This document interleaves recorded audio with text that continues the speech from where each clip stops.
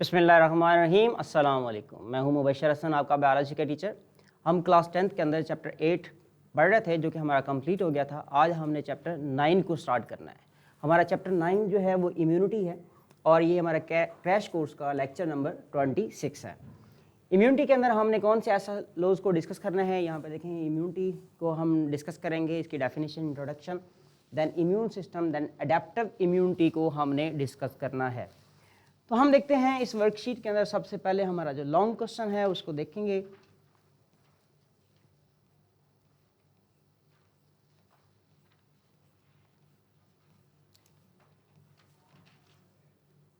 हमारा long question किस पर बेस कर रहा है जी? Explain 3 line defence system. तो हमने डिफेंस सिस्टम की जो 3 लाइंस हैं, फर्स्ट, सेकंड और थर्ड लाइन, इसको हमने डिस्कस करना है, जिसमें से नंबर फर्स्ट पर जो है इसको हम क्या बोलेंगे? First line defence system. First line defence system. जो फर्स्ट लाइन है ये किस किस कंपोनेंट पर मुश्तमिल होती है, हमने देखना है। ये जो फर्स्ट लाइन होती है ये नॉन स्पेसिफिक होती है, ये स्पेसिफिक नहीं होती, इसको हमने यहाँ पे मेंशन कर लेना है। ये नॉन स्पेसिफिक है, नॉन स्पेसिफिक। नॉन स्पेसिफिक का मतलब ये है ये किसी किस्म के भी जर्म्स को किल कर सकती है, कोई स्पेसिफिक जर्म्स नहीं है जिसको इसने किल करना होता है। तो देखते हैं जी, the external barriers of the body. External barriers of the body serve as the first line defence against pathogens. Pathogens में क्या हो सकते हैं? माइक्रो ऑर्गेनिज्म,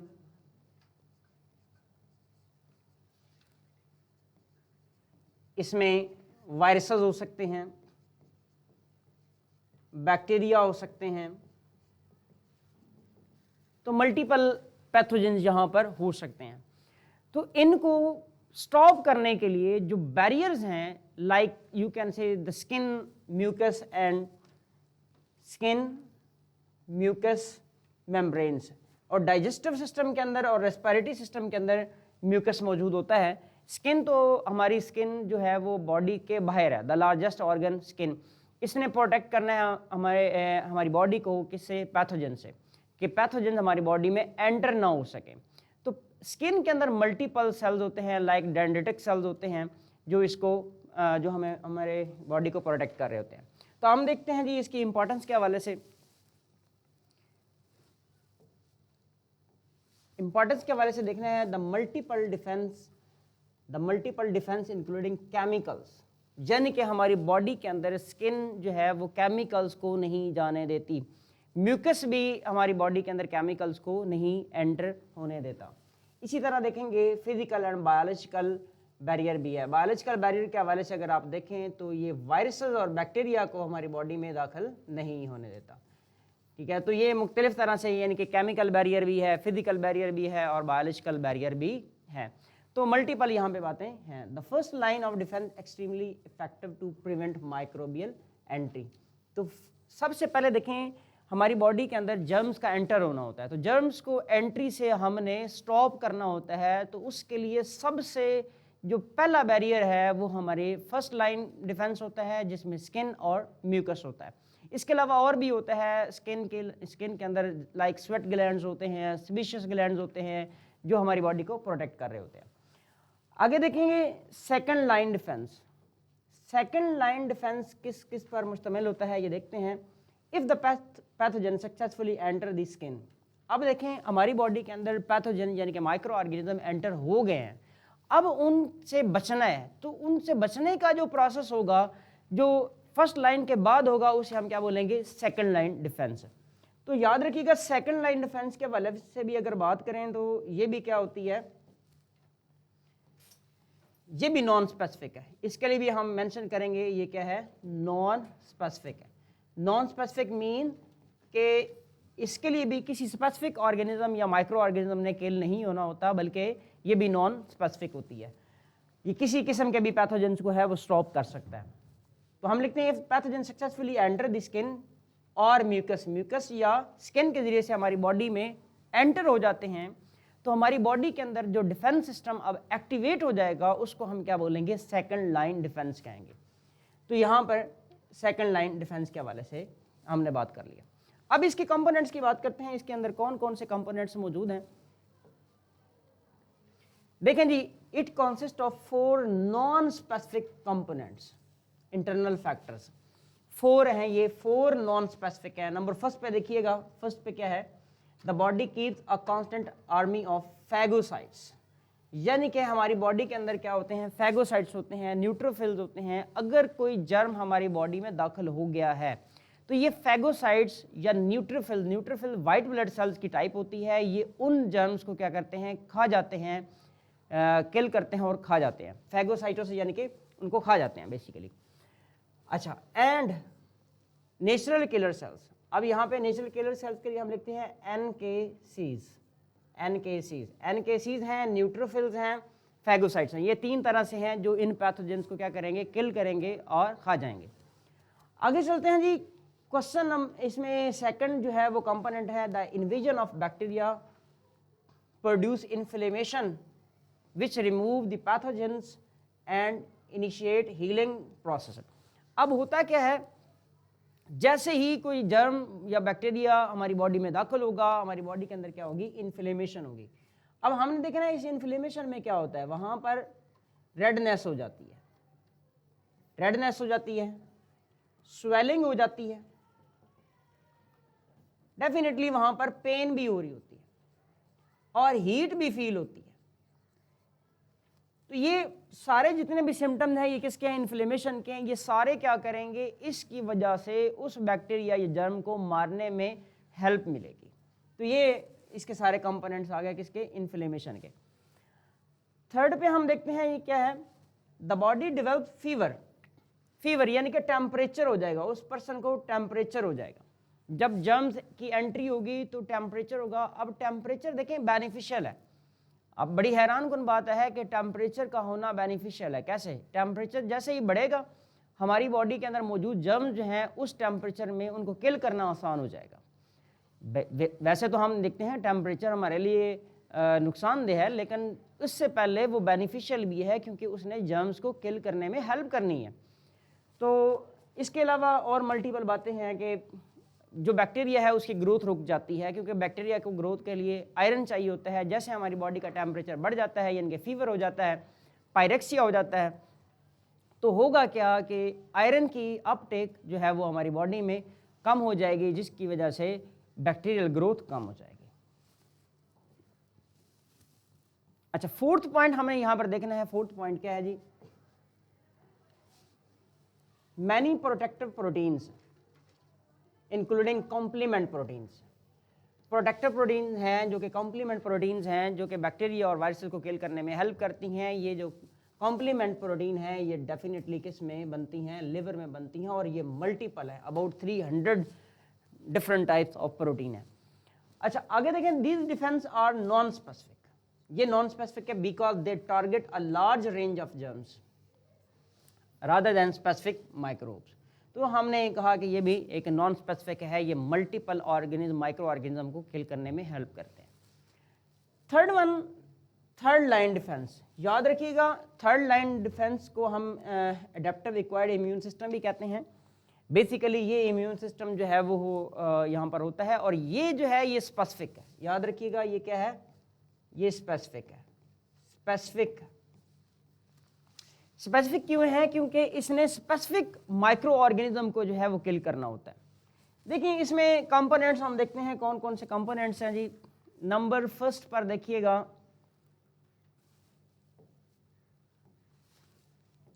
नंबर फर्स्ट पे देखिएगा, it consist of immune cells.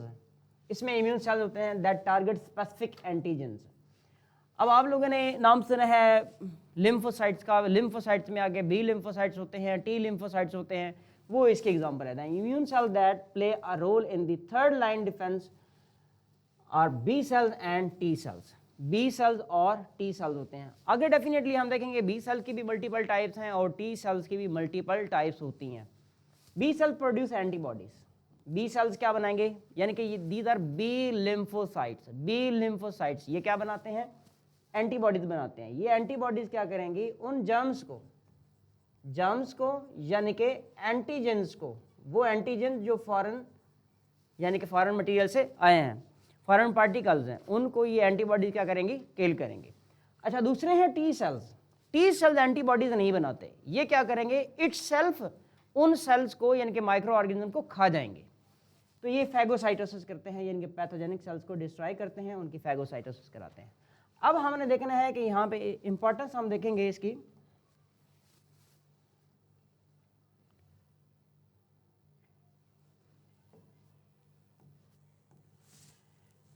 Importance देखें, this acquired ability to defend against infection improve over time. जाहिर सी बात है ये ओवरऑल यहाँ पर जितने भी डिफेंस के लाइन सिस्टम है यानी कि फर्स्ट, सेकंड और थर्ड, ये ओवरऑल इसकी इंपॉर्टेंस बता रहा है। The body produce variety of antibodies to various pathogens. अब देखें जब थर्ड सिस्टम की हम बात कर रहे हैं, थर्ड लाइन सिस्टम की बात कर रहे हैं, तो उसमें क्या होता है, एंटीबॉडीज बनती हैं। याद रखिएगा हर एक माइक्रो ऑर्गेनिज्म के लिए एक अलग एंटीबॉडी प्रोड्यूस होती है, तो स्पेसिफिक होती हैं एंटीबॉडीज़ की मल्टीपल क्लासेस हैं, फिर उन क्लासेस की आगे मल्टीपल टाइप्स होती हैं। अच्छा, इसके बाद हम देखेंगे इम्यूनाइजेशन भी होती है, जाहिर सी बात है। यहाँ पे अगर हम देखें तो जैसे बी सेल्स, हमने कहा बी सेल्स आगे मेमोरी बी सेल्स बनाते हैं, इस तरह T cells T memory cells बनाते हैं। तो जो फ्यूचर डिजीज़ होती हैं उसके लिए हम इम्यून हो जाते हैं। जैसे कि हम वैक्सीन लगवाते हैं, तो वैक्सीन लगवाते हैं तो उसमें क्या होता है, मेमोरी सेल प्रोड्यूस होते हैं। तो मेमोरी सेल का काम यही होता है कि नेक्स्ट अगर कोई ओरिजिनल लिविंग वायरस हमारी या जर्म हमारी बॉडी में दाखिल हो जाता है तो उसके अगेंस्ट वहाँ पे इम्यूनिटी क्रिएट हो जाती है। When the body creates an antibody it store it's memory in the memory cells, यानी कि जब एंटीबॉडीज बनाती है वो मेमोरी सेल्स बन जाते हैं, मेमोरी सेल्स के अंदर वो मैसेज स्टोर हो जाता है, और नेक्स्ट अगर इन फ्यूचर वही जर्म आ जाता है तो उसको क्या किया जाता है, किल कर दिया जाता है। In general exposure to many pathogen strengthens the immune system, ये इम्यून सिस्टम को स्ट्रेंथन कर होता है। By adulthood most people will have been expose to several pathogens. जाहिर सी बात है लाइफ है और हम इस एनवायरनमेंट में रहते हैं, सारी ज़िंदगी हमारी बॉडी के अंदर क्या होता है, माइक्रो ऑर्गेनिज्म एंटर होते रहते हैं और उनके अगेंस्ट हम इम्यूनिटी भी हासिल करते रहते हैं। तो ये था जी हमारा लॉन्ग क्वेश्चन जो कि 3 लाइन डिफेंस सिस्टम पे था। अब हम चलते हैं अपने शॉर्ट क्वेश्चन की जानब।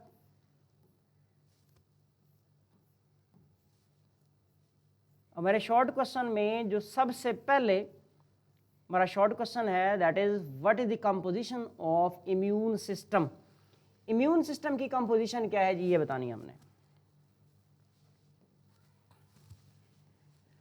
अच्छा जी, इम्यून सिस्टम के अंदर क्या क्या कंपोनेंट्स है ये देखना है। यहाँ पर देखें उसने बताया है an extensive network of tissues, यहाँ पे टिश्यूज़ भी इन्वॉल्व हैं, ऑर्गन्स इन्वॉल्व हैं, बहुत सारी प्रोटीन इन्वॉल्व हैं और सेल इन्वॉल्व हैं। यानी कि क्या क्या, टिश्यू इन्वॉल्व हैं, ऑर्गन्स इन्वॉल्व हैं, प्रोटीन्स इन्वॉल्व हैं एंड सेल इन्वॉल्व है। जैसे सेल के लिए हमने बी और टी सेल्स की बात की है, तो प्रोटीन के लिए हमने कॉम्प्लीमेंट प्रोटीन की बात की है। टिश्यू जाहिर सी बात है थाइमस ग्लैंड यहाँ पे इन्वॉल्व है। तो ऑर्गन में भी डेफिनेटली मल्टीपल सेल्स आ जाएंगे यहाँ पर। तो फंक्शन के हवाले से देखें, N immune system working correctly can distinguish healthy tissues and foreign objects. Definitely देखें हमारी बॉडी के जितने भी लाइक हम थाइमस की बात कर रहे हैं, थाइमस में बेसिकली क्या होता है, टी सेल्स की मैचुरेशन होती है, टी सेल्स की मैचुरेशन होती है। It will initiate a complex attack to defend the body from invaders. अब देखें हमारी बॉडी के अंदर वो जो टिश्यूज़ हैं वो क्या करेंगे, वो उन इन्वेडर्स को, फॉरेन पार्टिकल्स को, एंटीजन को, वायरसेस को, बैक्टीरिया को, माइक्रो ऑर्गेनिज्म को क्या करेंगे, रिकग्नाइज करेंगे, फिर उनको किल करने के लिए भी रेलेवेंट प्रोसीजर करेंगे ताकि हमारी बॉडी जो है वो उससे जो है वो प्रोटेक्टेड रहे। अच्छा, ये था हमारी फर्स्ट शॉर्ट क्वेश्चन। अब चलते हैं जी, what happen if the immune system is not working properly. देखें जी हमारा इम्यून सिस्टम प्रॉपरली वर्किंग नहीं कर रहा तो डेफिनेटली सबसे पहले तो यही होगा कि हम उन जर्म्स के अगेंस्ट इम्यूनिटी हासिल नहीं कर सकेंगे, तो हमारी हेल्थ ज़्यादा ख़राब होगी, डिजीज़ का जो अटैक है वो ज़्यादा हो जाएगा। The immune system is not always reliable, can sometimes cause serious issues. इसमें सीरियस इश्यूज़ हो सकते हैं। अब यहाँ पे एग्जांपल की हम बात करेंगे। In allergies the immune system misinterprets harmless substances and starts an unwanted immune response resulting in a painful and life threatening symptom. तो यही हमने कहा है कि जब हमारा इम्यून सिस्टम प्रॉपरली वर्क नहीं कर रहा होगा तो जाहिर सी बात है उसमें क्या होगी, मल्टीपल डिसऑर्डर को हमें फेस करना पड़ेगा, जिसमें हम एलर्जी की बात कर चुके हैं। अब चलें तो यहाँ पर देखें functions of bone marrow. Bone marrow क्या है, देखिए बोन मैरो के अंदर क्या होते हैं, स्टेम सेल्स होते हैं। ये स्टेम सेल्स क्या करते हैं, डिवाइड करते हैं और मल्टीपल सेल्स बनते हैं। जैसे कि हमने कहा WBCs भी बनते हैं, रेड ब्लड सेल्स भी बनते हैं। तो हमने यहाँ पर इम्यूनिटी के हवाले से जब बात की ना, तो B और T सेल्स जो है वो बोन मैरो में बनते हैं। B और T सेल्स बनते कहाँ पे, बोन मैरो में। और B सेल्स यहीं पर मेच्योर हो जाते हैं, लेकिन T सेल्स जो हैं वो आगे जाते हैं थाइमस ग्लैंड के पास, और थाइमस ग्लैंड में जाके उन्होंने मेच्योर होना होता है। तो यहाँ पर देखते हैं रेड ब्लड सेल्स। आपको पता है रेड ब्लड सेल्स जो होते हैं वो हर 120 डे के बाद रिप्लेस होता है, यानी कि एक सेल 120 डे उसकी लाइफ होती है, उसके बाद वो उसकी डेथ हो जाती है।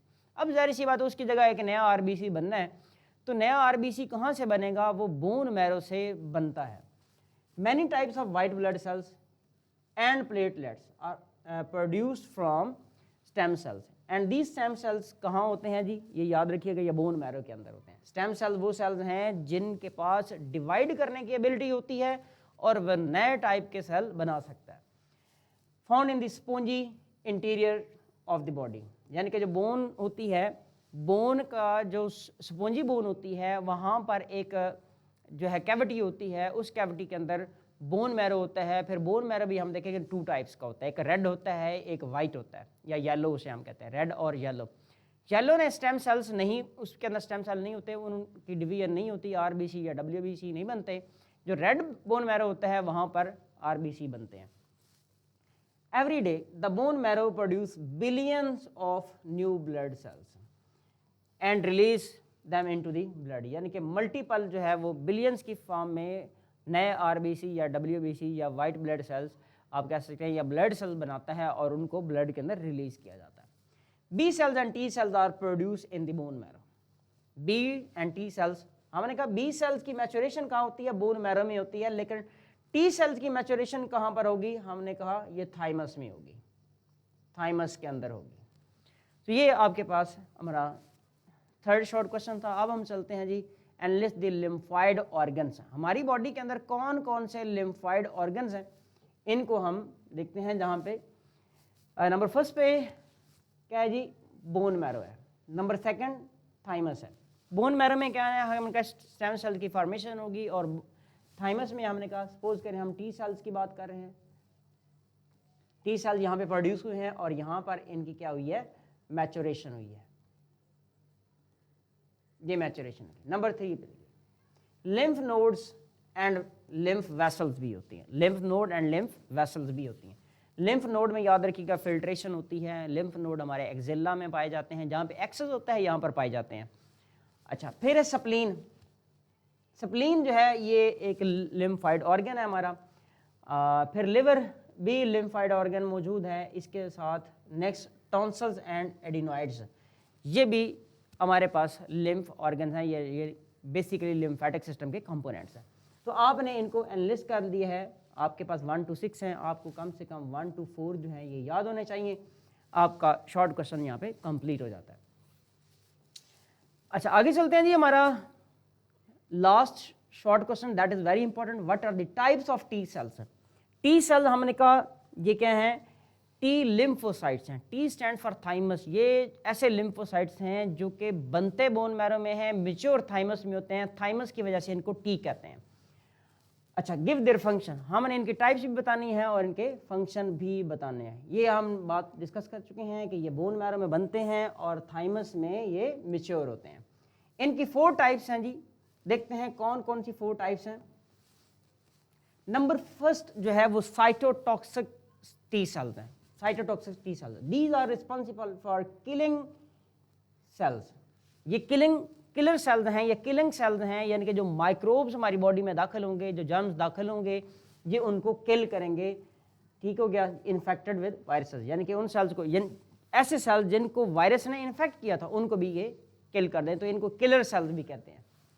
फिर जी helper T cell, these specialised lymphocytes help T cells T और other B cells to perform their function, यानी कि ये उनको स्पेशलाइज करते हैं तो क्या करें कि वो अपना फंक्शन परफॉर्म करें। Memory T cells, these cells are formed, they are long lived and can protect against them the same pathogen in future. Memory T cells, इनके पास अब इंफॉर्मेशन स्टोर हो जाएगी, अगर वही ओरिजिनल जो जर्म दोबारा आ जाता है, जैसे कि हम वैक्सीन लेते हैं, वैक्सीन में डेड होते हैं या वीक होते हैं, वो वैक्सीन हमने हमारी बॉडी में चली गई, उसने क्या किया, इम्यूनिटी जनरेट कर दी, हमारे मेमोरी सेल जनरेट हो गए।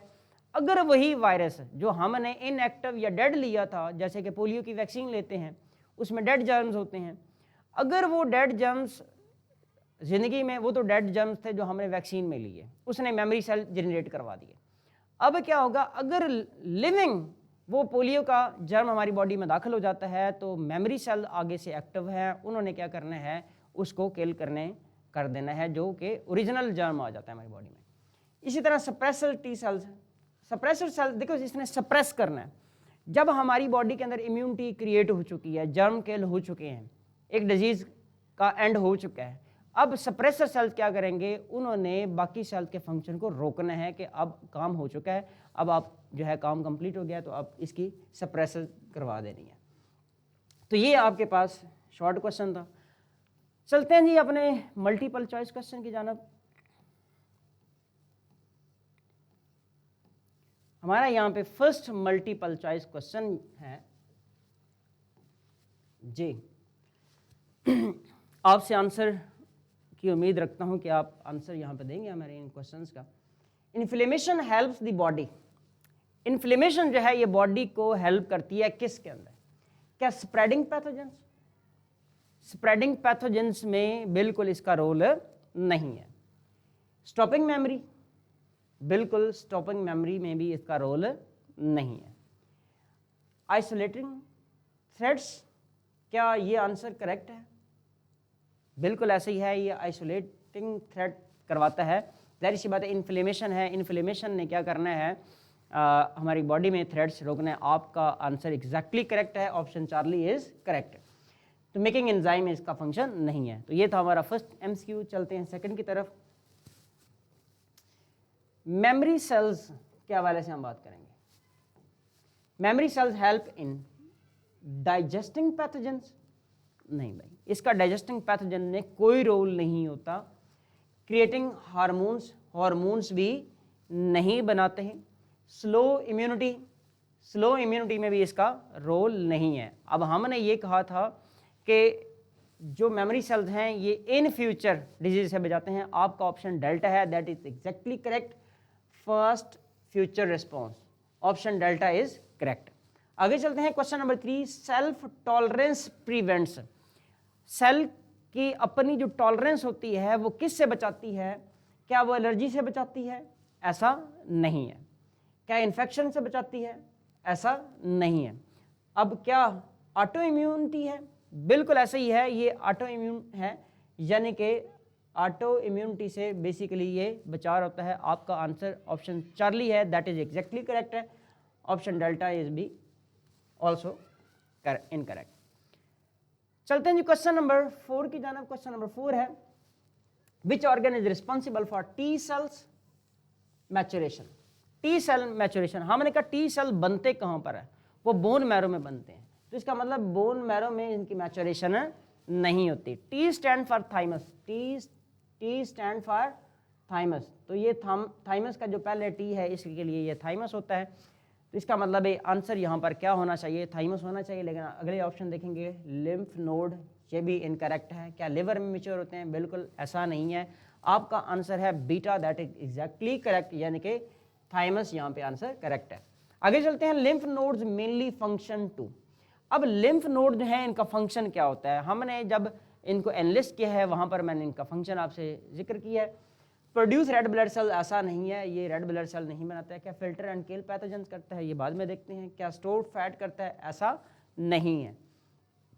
क्या हार्मोन की प्रोडक्शन करता है, ऐसा नहीं है। तो इसका मतलब हमारे पास एक ही आंसर बचा है जो कि ऑप्शन बीटा है, दैट इज करेक्ट। यहाँ पर आपका आंसर बीटा है, दैट इज एग्जैक्टली करेक्ट। आगे चलते हैं क्वेश्चन नंबर 6 की जानब। क्वेश्चन नंबर 6 है, the spleen help in the immune system by spleen. अब स्प्लीन ने क्या करना है ये हम देखते हैं। फिल्टरिंग ब्लड, क्या ये ब्लड को फिल्टर करता है। प्रोड्यूस डाइजेस्टिंग एंजाइम, ऐसा नहीं है। पंपिंग ब्लड, बिल्कुल ऐसा नहीं है। पंपिंग ब्लड किसका काम होता है, ये बेसिकली हार्ट का काम होता है। प्रोड्यूस इंसुलिन, इंसुलिन क्या किसका काम है, ये पेंक्रियाज का काम होता है। पेंक्रियाज इंसुलिन बनाता है। तो प्रोड्यूस डाइजेस्टिव एंजाइम, ये डाइजेस्टिव सिस्टम के अंदर मौजूद ग्लैंड से बनाते हैं। यहाँ पे आंसर आपका है alpha filtering blood, that is exactly correct option. Next चलते हैं।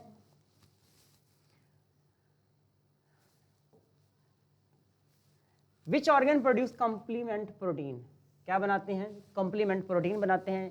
किडनी बनाता है, बिल्कुल ऐसा है नहीं है। किडनी कोई भी कॉम्प्लीमेंट प्रोटीन नहीं बनाता। Bone marrow, bone marrow cells बनाता है लेकिन कॉम्प्लीमेंट प्रोटीन नहीं बनाता। लिवर, अब हमने कहा मल्टीपल जो है वो कॉम्प्लीमेंट प्रोटीन है, अबाउट 300 प्रोटीन है। आपका ऑप्शन चार्ली है, that is exactly correct. Thymus में टी सेल्स की मैचुरेशन होती है, तो option Charlie is correct. Basophils are involved in, basophil किस में इन्वॉल्व होते हैं, देखेंगे जी, fighting allergen and parasites, producing antibodies, antibodies ये नहीं बनाते, ये याद रखिएगा, एंटीबॉडीज नहीं बनाते। एंटीबॉडीज कौन बनाते हैं, बी सेल्स बनाते हैं। डाइजेस्टिंग फूड, फूड के डाइजेशन में इसका कोई रोल नहीं होता। Killing viruses, virus infected cell, ऐसा भी नहीं है। तो यहाँ पे ऑप्शन 8 के अंदर ऑप्शन जो है वो हमारा alpha is correct, alpha is correct. Fighting allergen and parasites, आपका ऑप्शन भी अल्फा है, दैट इज एग्जैक्टली करेक्ट। आगे चलते हैं, क्वेश्चन नंबर